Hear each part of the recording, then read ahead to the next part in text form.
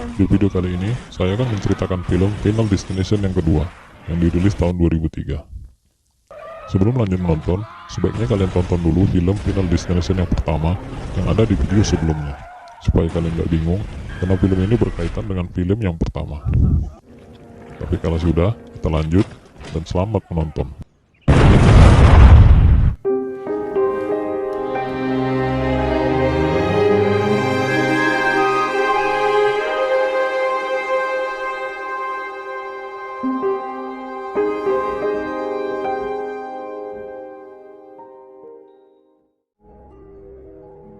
Film dimulai dari sebuah acara di TV mengenang 1 tahun tragedi pesawat 180 meledak. Kimberly yang lupa mematikan TV saat tidur terbangun, lalu dia menonton acara itu. Pagi harinya, ketika Kimberly mau berangkat liburan, ayahnya menanyakan segala perlengkapannya, dan temannya yang bernama Shayna datang mengajak Kim untuk segera berangkat. Tiba di lampu merah, Kimberly hampir menabrak mobil yang ada di depannya. Kimberly kaget ketika seorang pemulung mengetuk kaca mobilnya dan menunjukkan sekarung kaleng bekas minuman. Tiba-tiba karung yang dipegang si pemulung itu koyak dan kalengnya pun berceceran. Hal itu membuat Dano, Frankie, Shayna, dan Kimberly tertawa. Di tengah perjalanan, Kimberly menyiarkan radio dan mendapati berita mengenang 1 tahun pesawat 180 meledak. Lalu ia mengganti salurannya dan mendapat saluran musik yang lagi memutar lagu Highway to Hell. Dan ia kembali mengganti salurannya. Ayah Kimberly memberitahukan kalau ada kebocoran transmisi pada mobilnya.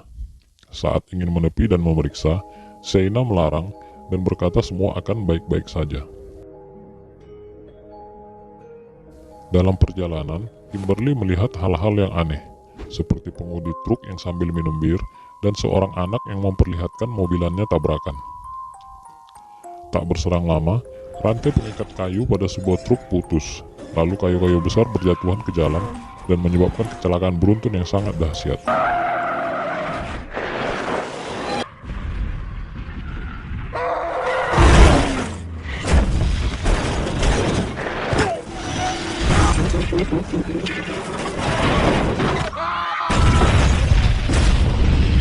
Mobil Kimberly pun terbalik. Ketika sebuah truk datang mau menabraknya, Kim kaget dan sadar kalau kejadian itu hanyalah lamunannya. Kimberly panik ketika melihat pemulung datang dan bus sekolah yang lewat sama persis dengan lamunannya. Lalu Kimberly menghidupkan radio dan mendapat siaran berita mengenang tragedi pesawat 180. Ia mencoba mengganti saluran dan menebak lagu Highway to Hell. Dan benar, semua sama persis dengan lamunannya. Dia pun semakin yakin kecelakaan besar itu akan terjadi. Frankie menyuruh Kimberly untuk jalan karena lampu sudah hijau, tapi Kimberly malah menghadang jalan, membuat pengendara di belakangnya tidak bisa lewat. Melihat tindakan Kimberly, seorang polisi yang bernama Thomas menghampiri mereka dan bertanya kenapa dia melakukan hal itu. Kimberly berkata akan terjadi kecelakaan besar. Thomas bingung dan menyuruh Kimberly untuk turun dari mobilnya. Para pengendara di belakang Kimberly pun mulai protes, tapi Thomas menyuruh mereka untuk tenang dan tetap berada di mobil. Kimberly panik ketika melihat truk pengangkut kayu lewat, lalu menyuruh Thomas untuk menghentikannya, karena truk itulah penyebab kecelakaan.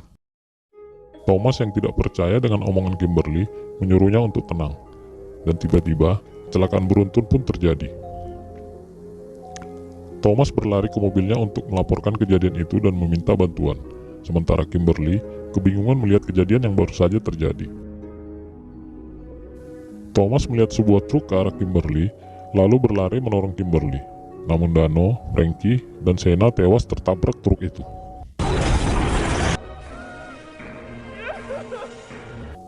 Orang-orang yang terhindar dari kecelakaan itu dibawa ke kantor polisi untuk dimintai keterangan. Mereka adalah Evan, Rory, Kate, Eugene, Tim, dan ibunya Nora. Thomas meminta Kimberly untuk menjelaskan kenapa dia bisa tahu tentang kejadian itu. Kimberly berkata, dia melihat kejadiannya sebelum kejadian itu terjadi. dan ia merasakan firasat yang sama dengan Alec ketika melihat pesawat 180 akan meledak. Eugene tertawa mendengar cerita Kimberly dan berkata, semua yang turun dari pesawat itu akhirnya satu persatu mati. Jadi kalau memang sudah waktunya, kita akan mati. Thomas membantah dan mengatakan kalau Claire salah satu dari mereka masih hidup. Tapi mereka tidak percaya dengan cerita Kimberly dan pergi meninggalkan kantor polisi. Sampai di rumah, Kimberly bertanya pada ayahnya, apakah ibunya pernah punya firasat aneh, karena dia memiliki firasat buruk. Aura kematian pun mulai mendatangi mereka. Evan yang tiba di rumahnya membuang sisa mie ke jalan karena dia mau menggoreng sesuatu. Dia pun menyalakan oven untuk menghangatkan makanannya. Sambil menunggu makanannya matang, Evan melihat jam dan cincin yang baru dibelinya. Tiba-tiba oven meledak dan Evan kaget, sehingga cincin yang dipegangnya jatuh ke lubang wastafel. Evan berusaha mengambil cincin itu, namun tangan Evan malah tersangkut. Evan panik saat melihat kompor meledak dan mengambil kain untuk mematikan api itu. Namun hal itu malah membuat api semakin menyebar. Setelah tangan Evan lepas, Evan berlari keluar rumah dengan memecahkan kaca jendela. Evan turun lewat tangga darurat dan apartemennya pun mengeluarkan ledakan. Sampai di bawah, Evan terpeleset karena mie yang dibuangnya. Dan Thomas mencari informasi tentang orang-orang yang selamat dari kecelakaan pesawat 180. Sementara Kimberly dan yang lainnya sedang menonton berita insiden kecelakaan maut yang baru saja terjadi. Mereka pun kaget melihat Evan telah tewas dengan sangat tragis di apartemennya. Saat sedang tidur, Kimberly terbangun lalu mencari informasi tentang Claire, salah satu orang yang masih hidup dari tragedi pesawat 180 meledak. Dan keesokan harinya, Kimberly pun menemui Claire. Kimberly menjelaskan tentang kejadian yang dialaminya, dan Claire mengatakan Kimberly telah memasukkan mereka ke daftar kematian. Claire menjelaskan tentang rancangan kematian, tapi Kimberly tidak mengerti dengan penjelasan Claire. Lalu Kimberly menanyakan apa yang harus ia lakukan. Claire menjawab, perhatikan tanda-tandanya dan jangan abaikan, karena itu sangat berarti untuk hidup dan mati. Lalu Kimberly meminta Claire untuk membantunya, tapi Claire menolak dan menyarankan untuk memikirkan dirinya sendiri, bukan orang lain. Lalu Claire menyuruh Kim keluar. Sebelum keluar, Kim mengatakan Claire adalah pengecut, kejam, dan egois karena tidak mau menolong orang dan menganggap Claire sudah mati. Sesampai di rumahnya, Kimberly melihat Thomas sedang mencarinya. Dan Thomas berkata, kalau malam ini mereka akan berkumpul di apartemennya. Tiba-tiba Kim kaget melihat burung merpati, padahal Thomas tidak melihatnya. Kimberly mengatakan, Nora dan tim akan diserang burung merpati, karena merekalah urutan selanjutnya. Thomas bingung, dan Kimberly mengajak Thomas untuk mencari mereka. Sementara Claire sedang merenungi ucapan Kimberly, sambil melihat berita tentang kematian Evan dan juga teman-temannya. Nora dan tim sedang berada di sebuah praktek dokter gigi, dan tanda-tanda kematian pun sudah mendatangi tim. Kimberly dan Thomas berhasil menemukan tim dan Nora, tetapi mereka sedikit terlambat, dan akhirnya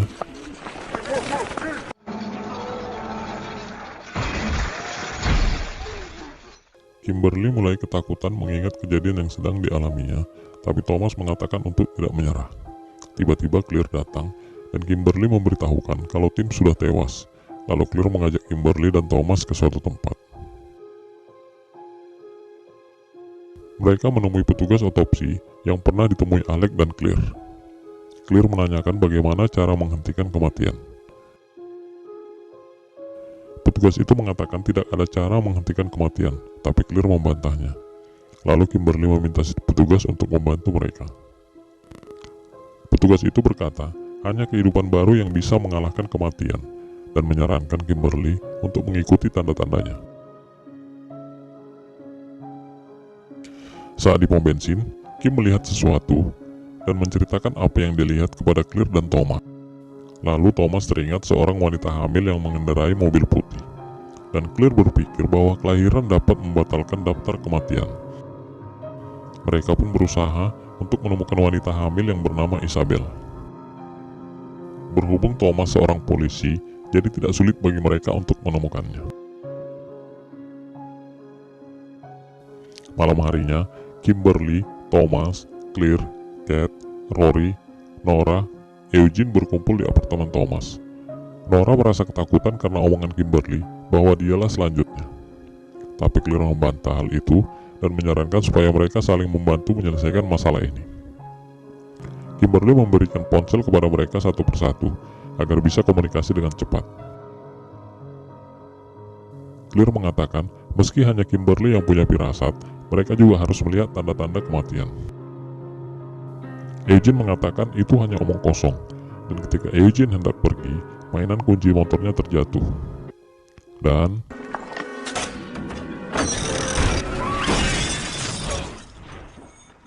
Claire menyarankan untuk saling menjaga dan mengamankan tempat mereka. Sementara di tempat lain, polisi sudah menemukan Isabel, lalu menahannya dengan alasan ada laporan bahwa mobilnya hasil curian. Nora berkata kepada Kimberly kalau dia tidak memiliki siapa-siapa lagi dan pasrah kalau kematian itu benar-benar datang kepadanya dan pergi untuk memakamkan Tim. Eugene pun mengikuti Nora pergi karena tidak percaya dengan omongan mereka. Lalu Thomas menitipkan ponsel untuk diberikan ke Nora jika Eugene tidak percaya. Rory terjatuh saat hendak menggantungkan sesuatu dan dia melihat bayangan pria dengan pengait. Mereka pun berpikir itu adalah suatu tanda. Thomas langsung mencari ponsel untuk menghubungi Nora, sementara Claire berlari mengejar Nora. Di dalam lift, seorang kakek mesum mencium rambut Nora dan Eugene menegurnya. Tiba-tiba ponsel di tangan Nora berbunyi dan jatuh. Thomas mengatakan kepada Nora, pria dengan pengait akan membunuhnya. Nora mulai merasakan takut dan saat berdiri, rambutnya tersangkut di pengait si kakek mesum itu.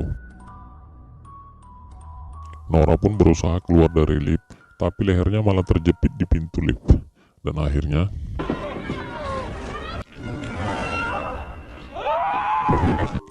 Eugene histeris ketakutan melihat kejadian itu, lalu berlari ke apartemen Thomas dan mengambil pistol Thomas untuk bunuh diri, karena dia tidak mau mati dengan cara tragis. Tapi pistol itu tidak berfungsi.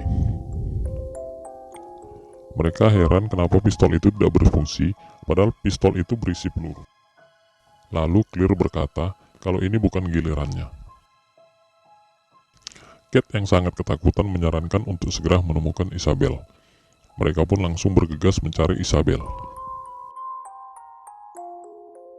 Di tempat lain, Isabel yang mau melahirkan meminta petugas untuk mengantarnya ke rumah sakit.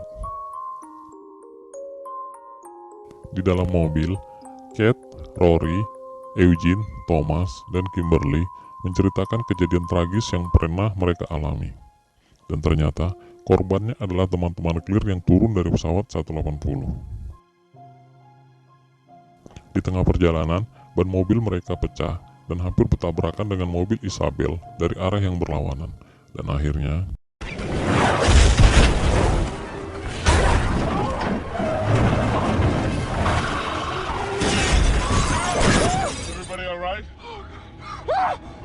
petugas yang membawa Isabel mau menolong Kim dan kawan-kawan, tapi Isabel melarang dan menyuruh segera membawanya ke rumah sakit. Petugas itu pun melaporkan kejadian itu dan meminta bantuan, lalu bergegas ke rumah sakit. Claire menyuruh Pak Gibbon, pemilik lahan tempat kejadian, memanggil ambulan karena Eugene terluka parah. Sementara Kate yang terjepit meminta bantuan Brian, anak Pak Gibbon, untuk mengeluarkannya. Tapi Brian tidak sanggup, lalu memanggil ayahnya. Sebuah mobil hampir menabrak Brian, tapi Rory dengan cepat menarik Brian. Tak lama kemudian, reporter datang untuk meliput kejadian itu. Dan tanpa mereka sadari, tangki mobil mereka bocor terkena batu. Minyak pun tumpah dan mengalir ke sebuah pipa. Rory menemui Kim dan menitipkan sesuatu, serta menyuruh Kim untuk melakukan sesuatu jika dia mati, karena Rory merasa dirinya yang akan mati duluan. Thomas memberitahukan kalau Isabel berada di rumah sakit dan akan segera melahirkan. Lalu Kate menyuruh mereka menemukan Isabel supaya masalah mereka selesai. Saat Nang dan Harry berusaha mengeluarkan Kate, sebuah pipa kecil menancap tepat di kepalanya, dan Kate pun tewas. Rokok yang dipegang Kate jatuh dan dibawa angin ke arah pipa yang berisi minyak. Sementara Thomas yang sedang mencari Rory, kaget melihat kayu jatuh ke arahnya, dan tiba-tiba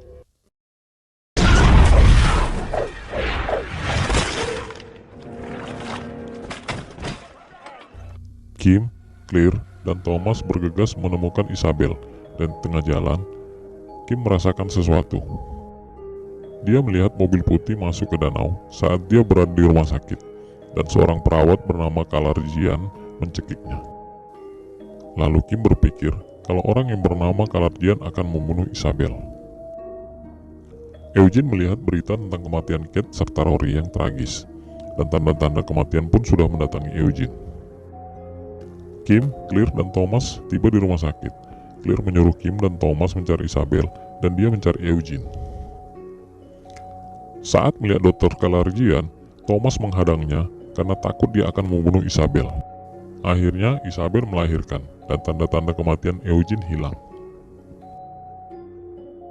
Kim dan Thomas senang, lalu memberitahu Claire kalau Isabel sudah melahirkan, dan menganggap masalah mereka sudah selesai. Tiba-tiba, Kimberly merasakan sesuatu dan melihat ternyata Isabel tidak ikut tewas dalam kecelakaan itu, tapi dia melihat tangan yang berdarah. Lalu Claire berpikir tentang Eugene, dan tiba-tiba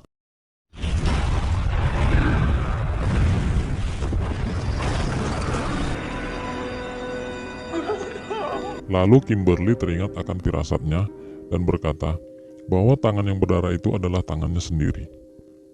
Dia melihat Dr. Kalarjian dan mobil ambulan putih di pinggir danau. Dia pun berniat bunuh diri untuk mengakhiri semuanya. Thomas melarang Kim untuk melakukan hal itu, tapi Kimberly menyuruh Thomas untuk memanggil Dr. Kalarjian. Kimberly pergi ke mobil ambulan dan menerjunkannya ke danau. Thomas berlari dan berusaha menyelamatkan Kim.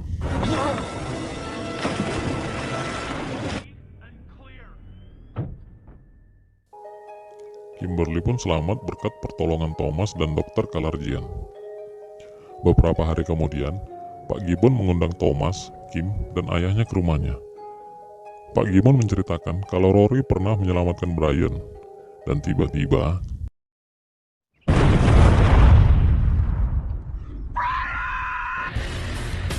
film pun selesai. Jadi kesimpulannya, tidak ada yang bisa melawan kematian. Kalau memang sudah waktunya, kematian akan datang dengan caranya sendiri. Tetaplah berhati-hati dan sampai jumpa di film berikutnya. Jangan lupa like, komen, dan subscribe jika kalian suka dengan film ini. Serta share dan nyalakan loncengnya agar tidak ketinggalan film-film keren lainnya. Saya pamit dan bye.